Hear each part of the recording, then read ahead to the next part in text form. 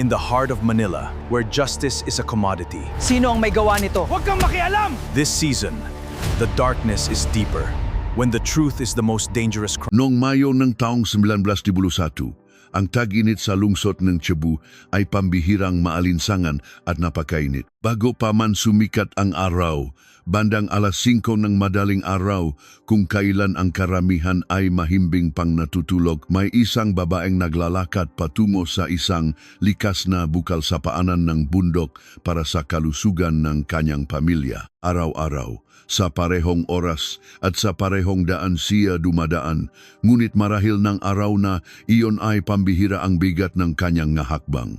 Subalit hindi niya alam.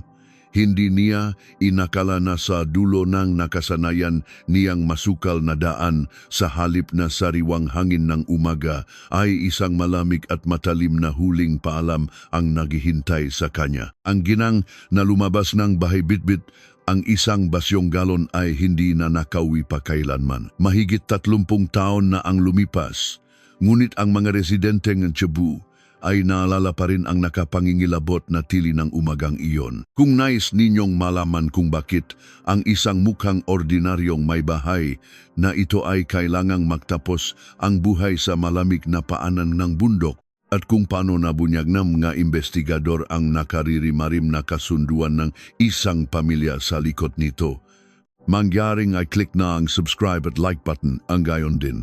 Kung mayroon kayong mga kaso na gustong pakinggan, iwanan lamang ito sa comment section at hahalukayin ko ang mga record para sa inyo. Ang entablado ng insidenteng ito ay isang tahimik na barangay at ang kabundukan sa Guadalupe, Cebu noong 1991. Bagamat ang Cebu ay puno ng sigla bilang sentro ng kalakalan, ang lugar kung saan nangyari ang krimen ay isang napakatahimik at payapang komunidad kung saan kilala ng mga makakapitbahay ang isa't isa. Halos alam na nila kung ilan ang kutsara sa bawat bahay. Para sa mga residente roon, ang bukal sa bundok ay isang uri ng tambayan at sagradong espasyo upang simulan ang araw. Ang biktima na itatago natin sa pangalang Maria ay isang may bahay na nasa kalagitnaan ng kanyang 30 hes. Ayon sa mga pahayag ng mga kapitbahay, siya ay isang taong higit na masipag at dedikado sa kanyang pamilya kaysa kaninuman. Matapos asikasuhin ang kanyang asawa at mga anak, ang pag-akyat sa bukal tuwing madaling araw bago pagumising, ang iba ay ang kanyang hindi mababagong gawain.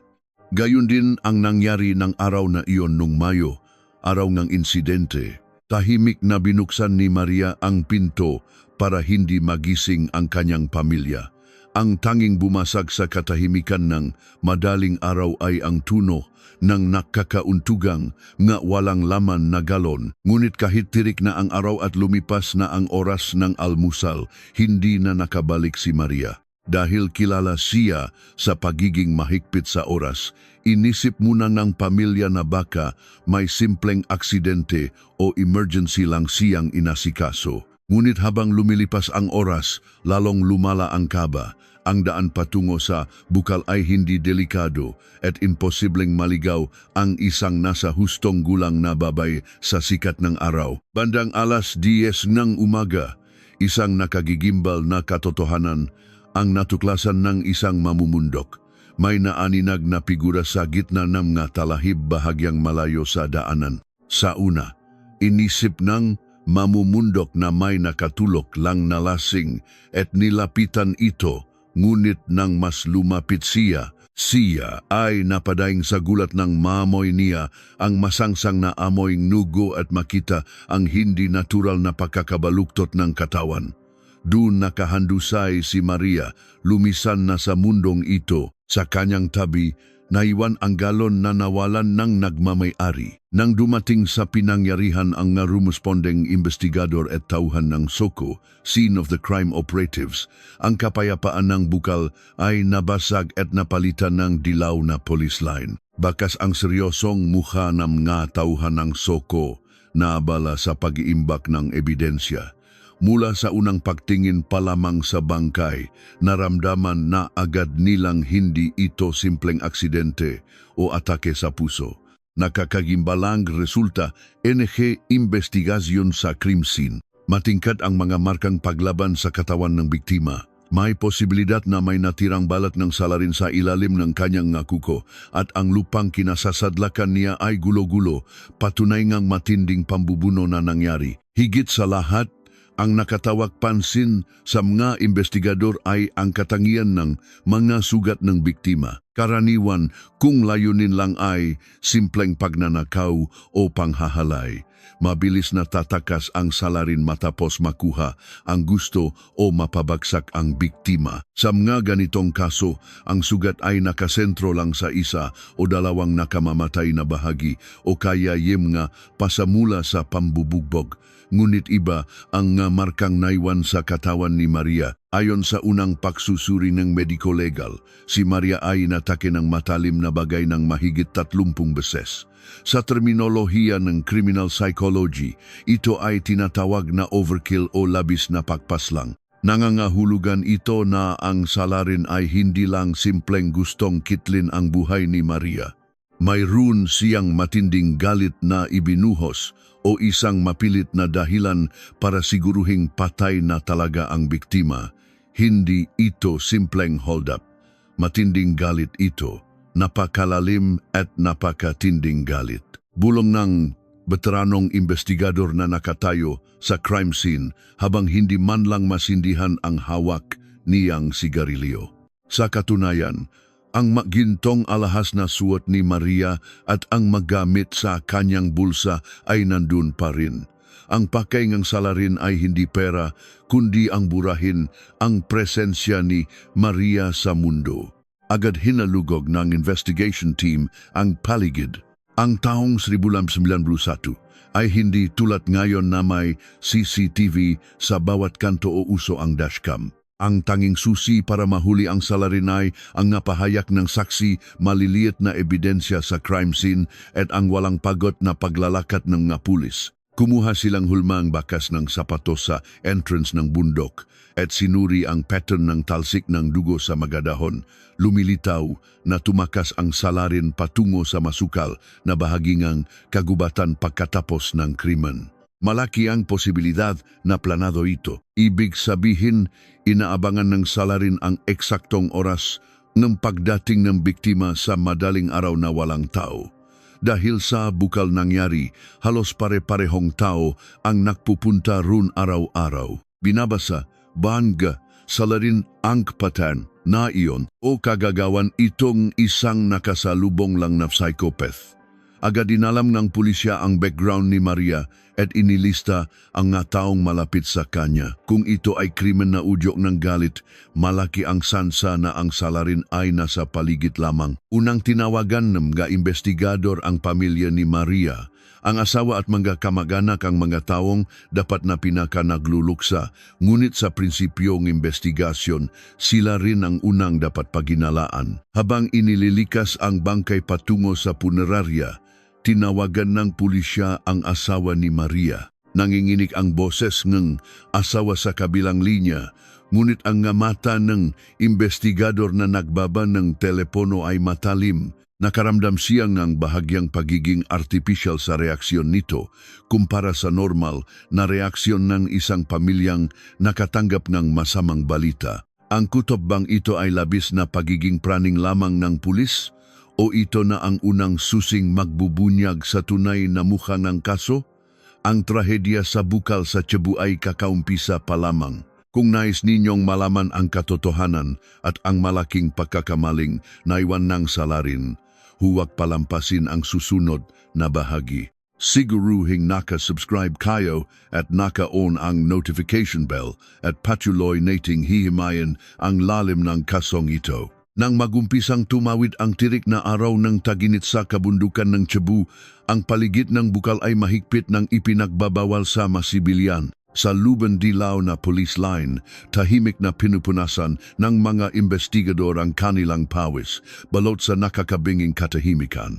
Rinik na rinik ang ingay nga makuliglik, subalit para sa mapulis, ang tanging nilang naririnig ay ang walang imik na testimonya ng crime scene. Ang lugar kung saan natagpuan si Maria ay 20 metro lamang mula sa pangunahing daanan ng bundok. Ang unang pinagtuunan ng pansin ng pulisya ay ang kondisyon ng bangkay at ang kanyang magamit. Kadalasan, sa mga liblib na daan, ang pangunahing motibo ay pagnanakaw, mga holdupper na kailangan ng pangtustos o pangbisyo. Ngunit ang kalagayan ni Maria ay sumira sa ganitong teorya. Napunta ang tingin ng investigador sa kaliwang pulso ni Maria. Nandun pa ang isang medyo mabigat na gintong bracelet na kumikinang sa sikat ng araw. Suot pa rin niya ang gintong kwintas at kahit ang kaunting barya sa kanyang bulsa ay hindi nawala. Pati wallet at alahas. Buo, hindi ito holdupper. Maring sabi ng team leader habang hinihimas ang kanyang babagamit ang nakaguantes na kamay. Hindi pera ang gusto ngang salarin. Ang tanging dahilan kung bakit niya sinuwang ang panganib umakyat ng bundok ng madaling araw na iyon ay isa lang, ang mismong buhay ni Maria. Binago nito ang direksyon ng investigasyon ng 140 degrees. Kung hindi hold up, lilit ang listahan ng masuspek sa mataong kilala ang biktima o may matinding galit sa kanya. Mas nakakagimbal ang resulta ng autopsiya, nakakapanlumo ang nasugat sa bangkay. Mahigit 30 saksak mula sa isang matalim na kutsilyo ang natagpuan. Tulad ng nabanggit, ito ay overkill. Karaniwan, kapag nanakit ng tao, ang salarin ay nasa estado ng matinding takot at kaba. Kaya kapag napabagsak na ang biktima, likas na tatakas agad ang salarin. Ngunit iba kay Maria, kahit hindi na siya makapanlaban, hindi huminto ang salarin. Ipinapakita nito na ang gumawa ay hindi lang pumatay, kundi binalot ng matinding pagkasuklam o isang emosyonal na pagsabok. Parang nagtatanim ng galit ang bawat saksak. Imposible ito kung walang personal na motibo. Muling nireconstruct ng pulisya ang sitwasyon gamit ang mga bakas sa lupa. Walang pag-aalinlangan ang salarin. Alam niya ang eksaktong oras ng pagdating ni Maria sa bukal at nakapagabang na, at paglitaw ni Maria, agad siyang sumugot. Ibig sabihin, kabisado ng salarin ang galaw at ugali ng biktima. Sino ang nakakaalam na umaakyat siya mag-isa alas 5 madaling araw? At sino ang makikinabang o gagaan ang pakiramdam kung mawala siya? Inalis agad ng pulisya ang posibilidad ng random na pag-atake. Itinutok nila ang pwersa ng investigasyon sa mga taong nakapaligid kay Maria. Siya ay isang ordinaryong may bahay. Napakaganda ng reputasyon niya sa mga kapitbahay. Walang kawayi at walang komplikadong utang. Ang kawalan ng panlabas na kaawe ay nagtuturo sa katotohanang ang dahilan ay nakatago sa napakapribadong aspetong kanyang buhay, ang kanyang pamilya o matalik na relasyon. Isa pang kwento ang ibinunyag ng crime scene, hindi natagpuan ang ginamit na armas, dinala ito ng salarin sa pagtakas. Sa pagsusuring bakas ng sapatos, tinatayang ito ay pag-ari ng isang lalaking may katamtamang tangkad base sa laking ng hakbang. Hindi siya nakpanik o nagkandara pa sa pagtakas. Pumili siya ng liblib na daan at mabilis na nakatakas, tanda na kabisado niya ang lugar. Ibinuhos ng pulisya ang lakas sa pagkuha ng phone records at testimonya ng nakaanak. Likas na tumutok ang kanilang radar sa pinakamalapit na tao, ang asawang si Roberto. Sa estadistika, karamihan sa mga biktimang ng pagpatay sa mga kababaihan ay kagagawan ng asawa o kinakasama. Subalit, hindi sila maaring magpadalos base lang sa hinala. Kailangan nila ng butas sa alibi. Samantala, may mausap-usapan ng kumakalat sa barangay. Kahit mukhang perpekto ang pamilyang yan, sira na pala sa loob. Narinig ko may ibang babae raw yung asawa, bulungan ng makapitbahay. Ang mamaingat na bulungang ito ay mahalagang impormasyon para sa mga pulis. Ang lamat sa likod ng perpektong pamilya, baka ito ang nagtulak sa krimen bago ipatawag si Roberto bilang person of interest. Palihim muna nilang inimbestigahan ang nga kilos nito. Nasaan kaya ang asawa ng madaling araw na iyon? Habang lumalalim ang investigasyon, unti-unting lumalabas na hindi ito simpleng pakpatay, kundi isang trahedya ng pamilya na nabahiran ng pagnanasa at pagtataksil. Sa ilalim na malamig na fluorescent light sa interrogation room, naghahanda na ang pulis para sa unang paghaharap nila ni Roberto. Nahanda sila ng mga matatalim na katanungan upang malaman kung ang luha ba nito ay totoo isang magaling na pag-arte. Nung hapon matapos ang insidente, bumukas ang pinto ng opisina ng CG. Pumasok si Roberto, namumutla ang mukha. Pagkapasok pa lang, nanlambot ang matuhod niya, napaluhod at umiyak ng malakas. Ang balitang ang pinakamamahal niyang asawa ay natagpuang malamig na bangkay sa paborito nitong bukal ay sapat na para wasakin kahit ang pinakamatapang na lalaki. Hindi makatayo ng maayos si Roberto at nanginginig ang kanyang kamay nang abutan siya ng tubig ng investigador. Sir, sino po ang gumawa nito sa asawa ko? Nahuli na po ba ninyo? Nasaan ang hayop na gumawa nito? Umalingaw-ngaw ang hagulgol ng asawa sa pasilyo. Sa panlabas, siya ay isang kawaawang padre de pamilya na nawalan ng asawa. Pinakalma muna siya ng mga pulis bago simulan ang formal na pagtatanong. Pangunahing suspek ang pamilya, ngunit pinipilit ng mga pulis na panatilihin ang profesional na pagdududa laban sa natural na awas sa nakikitang pagluluksa ni Roberto. Ang pinakamahalaga ay ang kanyang alibi. Ang tinatayang oras ng krimen ay sa pagitan ng 5:06 at 6:00 umaga. Nasaan si Roberto ng mga oras na iyon? Walang paligoy-ligoy ang sagot ni Roberto. Natutulog daw siya sa bahay. Narinig niyang lumabas ang asawa pero nakatulog siyang muli sa pagod. Gumising siya ng maaga para pumasok sa opisina. Pinatunayan agad ito ng pulisya sa mga katrabaho niya. Tumukma ang testimonya ni Roberto ang oras ng kanyang pag-alis sa bahay, pagdating sa kumpanya. At pag-time in a perpektong napatunayan ng katrabaho at bandi clock. Imposible sa pisikal na aspeto na gumawa siya ng krimen sa bukal, magpalit ng damit at pumasok sa trabaho na parang walang nangyari.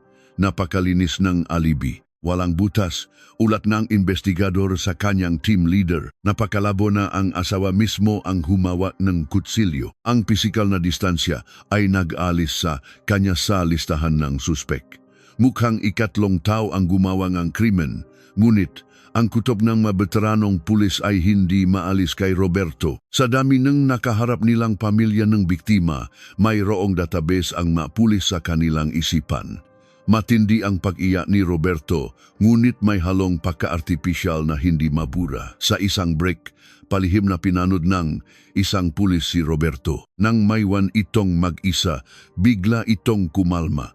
Napakakalmado ng pagpunas niyang luha at sa pagpalingalingang ang kanyang mamata, makikita ang pagiging balisa at pagkalkula imbes na pagluluksa. Parang sinisiguro niya kung nakalusot na siya. Ang bilis matuyong luhang taong yan at iniwasan niya ang mapangunahing tanong.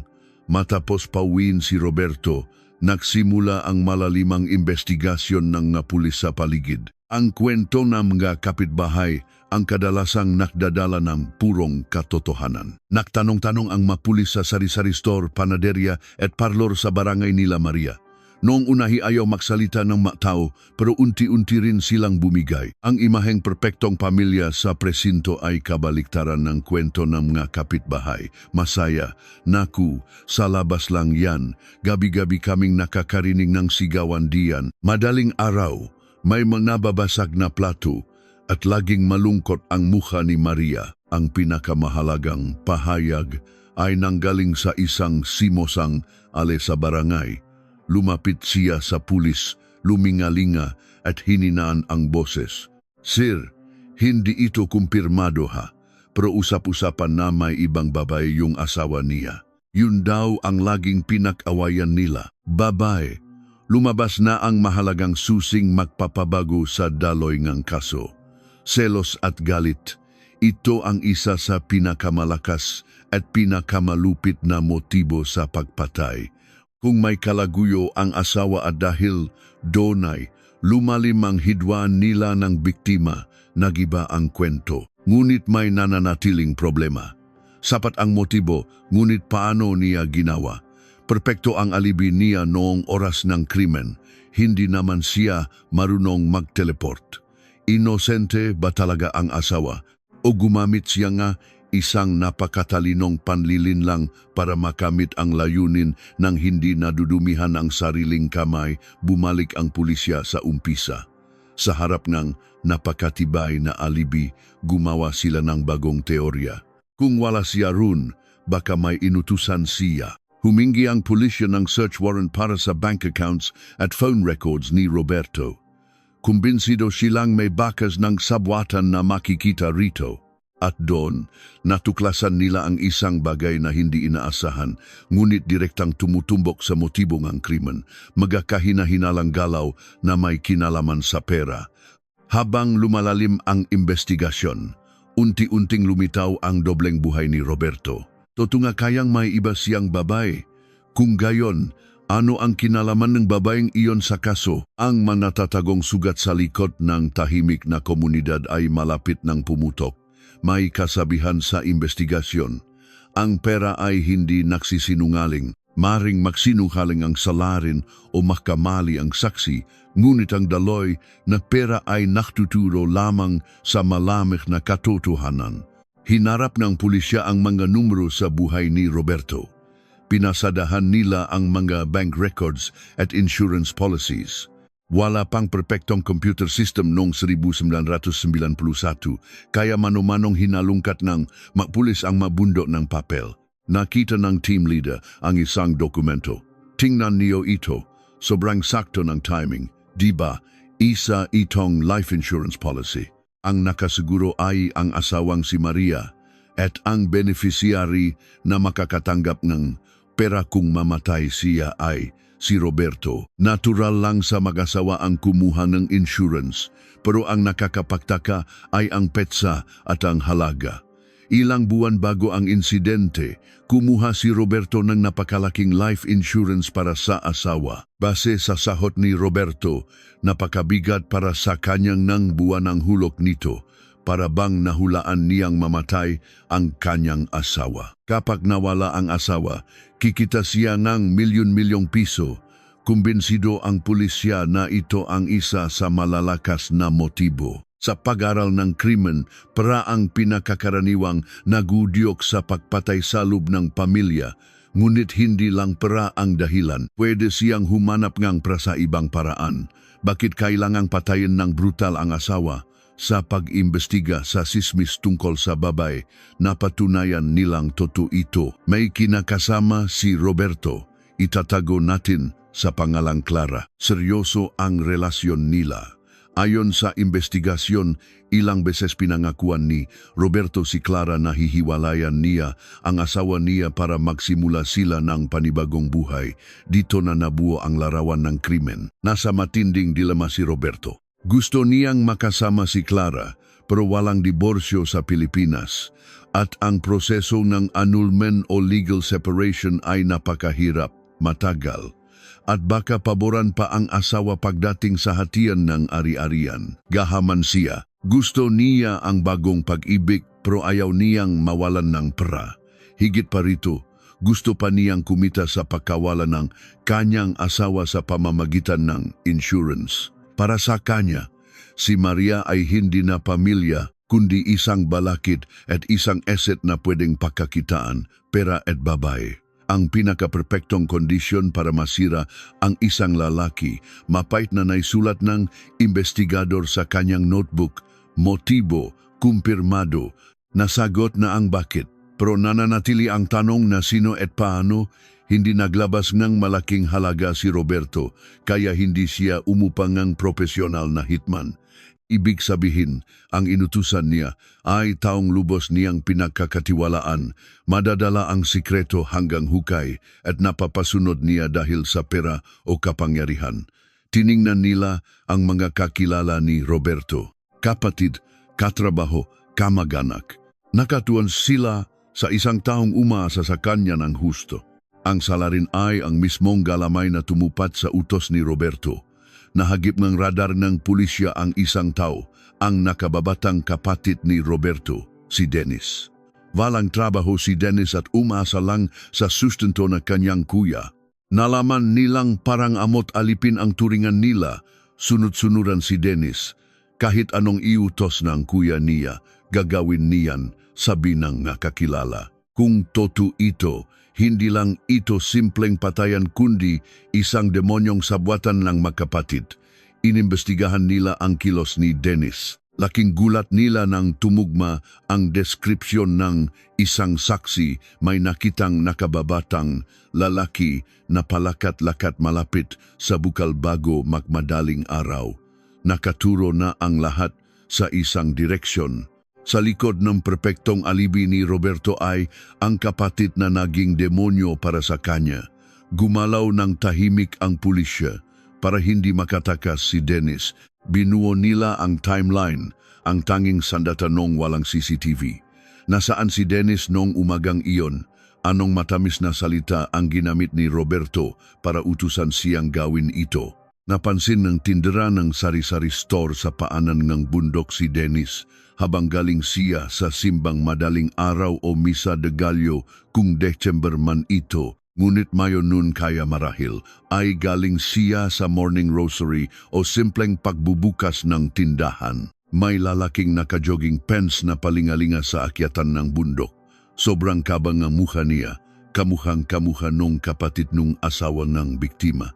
Agad ipinatawag si Dennis sa presinto. Kabaliktaran kalmadong tindig ni Roberto. Halatang balisa at takot si Dennis nang pumasok siya. Sa loob ng interrogation room, ginamit ng pulis ang katahimikan bilang pressure. Tinitigan lang siyang ng pulis. Ang taong may sala ay hindi makati sa katahimikan. Palunok-lunok si Dennis at tumutulo ang pawis niya kahit naka-aircon. Dennis, saan ka nung madaling araw ng insidente? Basag ng pulis sa katahimikan. Nakandara pa sa pagsagot si Dennis, natutulog po ako sa bahay, pero nanginginig ang boses niya. Ibinagsak na pulis ang isang dokumento sa mesa. Natutulog? Bakit nakita kang tindera sa sari-sari store sa panan ng bundok? At isa pa, bakit nakpadala ng malaking pera sa'yo ang kuya mo ilang araw bago at pagkatapos mamatay ng asawa niya? Masyado namang sakto ang timing, di ba? Namutla si Dennis. Hindi niya inasahang ganun kalalim ang nakuhang pulis. Akala niya sasagipin siyan kuya niya. Nakita ng pulisya na si Dennis ang mahinangling. Hindi siya profesional na kriminal. Nagpadala lang siya sa utos na kuya. Nilapitan ng pulis si Dennis at gumamit ng taktika, prisoner's dilemma. Dennis, perpekto ang alibing ng kuya mo. Kung magmamatigas ka, sa tingin mo ba ililigtas ka niya o ilalaglas ka niya para ikaw lang ang makulong? Yan ang tuluyang sumira sa depensa ni Dennis. Pumasok ang isa pang pulis at nagbluff. Dennis, sabi ng kuya mo sa kabilang kwarto, wala daw siyang kinalaman. Sabi niya balif ka daw at ikaw lang ang may pakanang pumatay. Pipirma na nga siya na statement. Nanlaki ang mga mata ni Dennis. Ang kuyang nangakong ako sa lahat, ilalaglag pala siya, kasilingan yan, kasinungalingan yan, sigaw niya. Siya ang nag-utos sa akin, sasabihin ko na po ang lahat, bumigay na si Dennis. Umamin siya sa nakaririmarim na plano, ilang buwan na itong pinaplano ni Roberto. Kapag nawala ang hipak mo, gaganda ang buhay ko. Bibigyan kita ng pambukas ng negosyo galing sa insurance. Pangako ng kuya. Itinuro ni Roberto na laging pumupunta si Maria sa bukal ng alas 5, kaya walang saksi. Noong umagang iyon, naktago si Dennis sa talahiban. Pagdaan ni Maria, inatake niya ito. Kung bakit sobra-sobra ang saksak, natakot po akong bumangon pa siya, kaya tinodo ko na. Sabi kasi ni kuya, dapat siguraduhin. Ang brutalidad na iyon ay bunga ng pagpapanik at maling katapatan sa kanyang kuya. Nanginig kahit ang kumukuha ng statement sa narinig niya. Samantala, sa kabilang kwarto, naramdaman ni Roberto na may nagbago. Nang pumasok ang pulis, wala na ang pagalang. Roberto, napakaganda ng kwentong ibinahagi ng kapatid mo. Nawala ang dugo sa mukha ni Roberto nang marinig niya ang ilang detalye ng pagamin. Ang akala niyang perpektong plano ay gumuho, sumigaw siya na gusto niya ng abogado, pero tapos na ang laro. Ang pagamin ng kapatid ay ang smoking gun. Dinala ng pulis si Dennis sa bundok para sa reenactment. Pinalibutan sila ng galit ng mga residente. Binabato sila ng mga tao habang pilit sinasanggang ng mga pulis. Ipinarisulat ni Dennis kung paano niya pinatay ang kanyang hipag. Pagkatapos, dinala niya ang mga pulis sa kalapit na Sapa Creek. Diyan ko po isiniksik sa ilalim ng bato. Sa ilalim ng isang malaking bato, natagpuan ang isang itim na plastic bag na naglalaman ng kinalawang na kutsilyo at dugwang damit. Nang makita ang mga ito, napayuko na lang si Dennis nang marinig ni Roberto sa selda na natagpuan ang ebidensya, nawalan na siyang kontrol at nagwala. Ang pagkasakim sa pera at pagnanasa ay sumira sa sarili nilang pamilya. Taong 1991, sa sala ng Cebu Regional Trial Court, puno ng tao ang kwarto. Tahimik at mabigat ang hangin. Nakayuko ang makapatid sa upuan ng akusado. Dati silang makadugo. Ngayon ay makasabwat sa isang karumal-dumal na krimen. Walang awa ang piskal sa kanyang manifesto. Ito ang pinakamataas na antas ng kasamaan kung saan ginamit ng isang asawa ang kanyang kadugo bilang makina sa pagpatay kapalit ng pera. Humingi ang piskal ng pinakamabigat na parusa. Magkaiba ang reaksyon ng magkapatid. Umiyak si Dennis at paulit-ulit na humihingi ng tawad sa hipag niyang namayapa, pinagsisisihan ang kanyang kahinaan sa paggawa ng krimen. Samantalang si Roberto hanggang huli ay pinipilit bawasan ang sentensya niya sa tulong ng abogado. Sinasabing na-misinterpret daw siya ni Dennis. Nagpainit lang ito sa ulo ng ngataw sa korte. Sa hatol ng huwes, mariin niyang kinondena ang magkapatid. Ang biktima ay isang mabuting ina na nahahanap ng kalusugan para sa kanyang pamilya. Ang pagpatay sa kanya para sa pera at kalaguyo ay pagtatapon ng pagkatao. Dahil sa bigat ng krimen, parricide and murder, hinatulan si Roberto ng reclusion, perpetua habang buhay na pagkakakulong o parusang kamatayan ayon sa batas noon, ngunit naging perpetua. Gayon din si Dennis sa kanyang partisipasyon. Umalingaw-ngaw ang iya ng pamilya ng biktima sa loob ng korte. Nakita man ang hustisya, walang sinumang nanalo sa kwentong ito. Ang aral, ang buhay na pinapangarap ni Roberto ay naglaho na parang bula. Hindi ibinigay ng insurance company ang pera dahil ang kamatayan ay dahil sa krimeng ginawa mismo ng beneficiary. Naubos ang pera niya sa pagkuha ng abogado. Ang kinakasamang si Clara ay mabilis ding lumayo sa kanya, ayaw madawit sa isang mamamatay tao. Ang tanging nakuha ni Roberto ay isang malamig na selda sa Bilibid at ang panghabang buhay na marka bilang asawang nagpapatay. Binulag siyang kasakiman. Ang bukal sa bundok ng Cebu ay naroon pa rin kahit lumipas na ang 30 taon. Patuloy na pumupunta ang mga tao doon tuwing madaling araw. Ngunit para sa mga nakakaalam ng trahedya noong 1991, ang lugar na iyon ay higit pa sa simpleng tanawin. Malamang iniisip ni Maria na makauwi agad para ipagluto ng musal ang kanyang nga anak at asawa. Nakakadurog ng puso na ang simpleng pangarap niyang iyon ay pinutol ng mismong asawang nais niyang pagsilbihan. Ang kasong ito ay nagtatanong sa atin, ano bang mas mahalaga sa buhay? At baka nakakalimutan natin ang halaga ng mataong nasa tabi natin dahil sa kasakiman. Hanggang dito na lang po ang ating episode ngayon tungkol sa Cebu Bukal Murder Case, isang malagim na sabwatan ng magkapatid na nakaukit sa kasaysayan ng krimen sa Pilipinas. Naway payapa ng nagpapahinga ang kaluluwa ni Maria.